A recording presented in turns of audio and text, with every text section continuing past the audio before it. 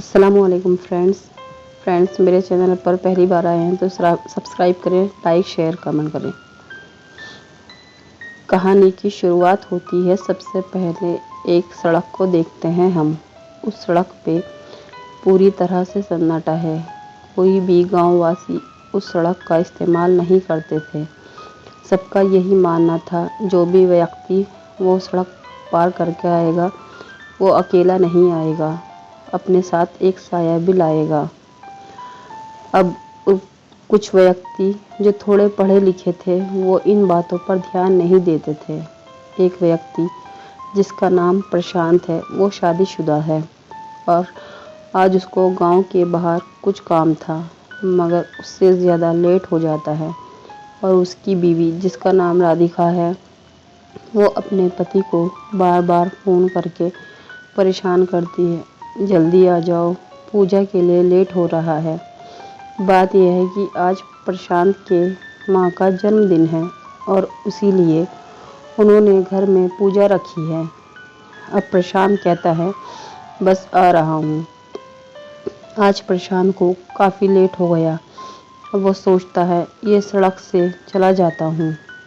अब वो इसी सड़क से जाता है और आधा रास्ता पार करके वो कहता है, देखा कोई दिक्कत नहीं है इस सड़क पे, बस फालतू की अफवाह फैलाते हैं गांव वाले। थोड़ी देर चलते ही उसे एक महिला मिलती है। वो हाथ देती है कि गाड़ी रोकिए। प्रशांत अपनी गाड़ी को रोकता है और कहता है, आप यहाँ क्या कर रही हैं? महिला, मुझे लेट हो रहा था तो मैंने सोचा ये रास्ता चुन लूँ। प्रशांत बोला, अरे वाह, मैंने भी आज यही सोचा, आइए मैं आपको छोड़ देता हूँ आगे। दोनों गाड़ी में बैठ गए और गाड़ी में बैठ के आगे बढ़ने लगे।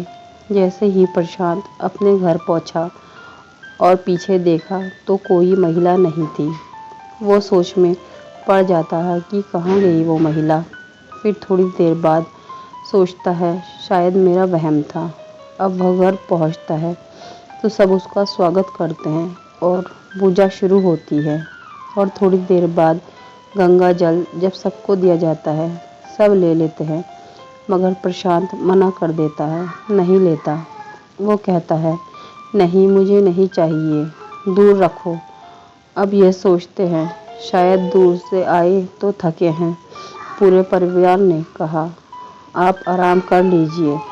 प्रशांत थोड़ी देर में जाता है और शाम को उठ जाता है और शीशे में जाकर देखता है तो वही महिला दिखती है हमें, जिसने प्रशांत से लिफ्ट लिया था और अपने आप को शीशे में देखकर मुस्कुराने लगती है।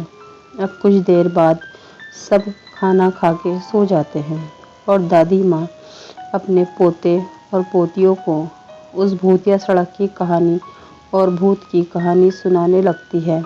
उस सड़क पे काफ़ी आत्माएं का वास है।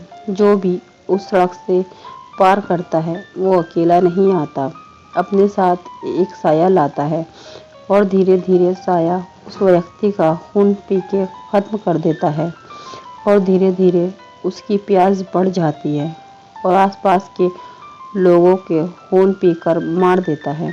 अगर एक साया भी उस भूतिया सड़क से आ गया तो वो अपने साथियों को भी वहाँ से आज़ाद करने की कोशिश करेगा, जिससे भूत, आत्मा और शैतान आज़ाद हो जाएंगे तो सब बर्बाद हो जाएगा। और ये सब पहले हुआ था तो एक बाबा ने उस सड़क पे अपने मंत्रों को फूंका, तिलिस्मी शक्तियों से उन्हें वहीं कैद कर दिया। तो अब तक यहाँ नहीं आ सकते जब तक कोई उन्हें वहाँ से अपने साथ बाहर न लाए, या तो वो किसी के शरीर में प्रवेश करेंगे तभी आ सकते हैं। इसलिए उस सड़क पर जाना मना है, समझे बच्चों? ये सब प्रशांत को अच्छा नहीं लगता कि ये कहानी सुनाई, ये तो वह सतर्क ही रहेंगे और गुस्से से जाकर सो जाता है।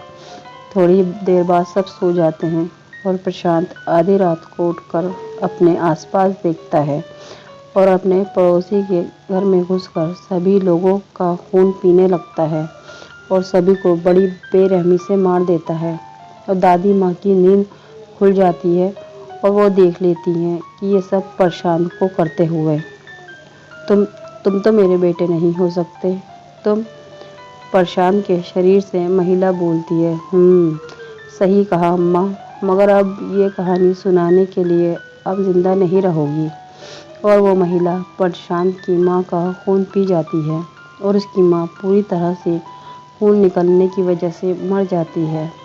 आज सुबह सभी लोग रोने लगते हैं। प्रशांत, माँ ये क्या हो गया आपको? और राधिका, बच्चे सभी रोने लगते हैं। अब प्रशांत अपनी बीवी और बच्चों को कहता है, राधिका तुम अपने मायके चली जाओ, जब यहाँ सब ठीक हो जाएगा तो आना। राधिका मन में सोचती है, ये क्या हो गया, प्रशांत बहुत बदल गए हैं जब से आए हैं। अब राधिका हाँ कह देती है। इधर प्रशांत अब तो खून ही खून और सभी गांव के लोगों को उस सड़क के बारे में बताना शुरू करता है ताकि उसके साथी भी उस सड़क से आज़ाद हो सके। अब राधिका को अपने मायके में ये सब बात पता चलती है कि भूतिया सड़क पे आना जाना शुरू करने वाले हैं कल से।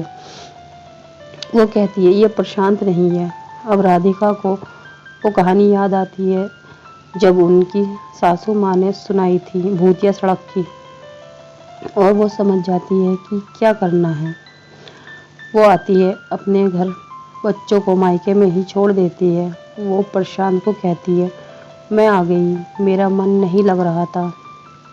प्रशांत के अंदर की महिला कोई नहीं अब बचेगी भी नहीं। राधिका आप इधर आइए, आपने मुझसे कुछ काम है।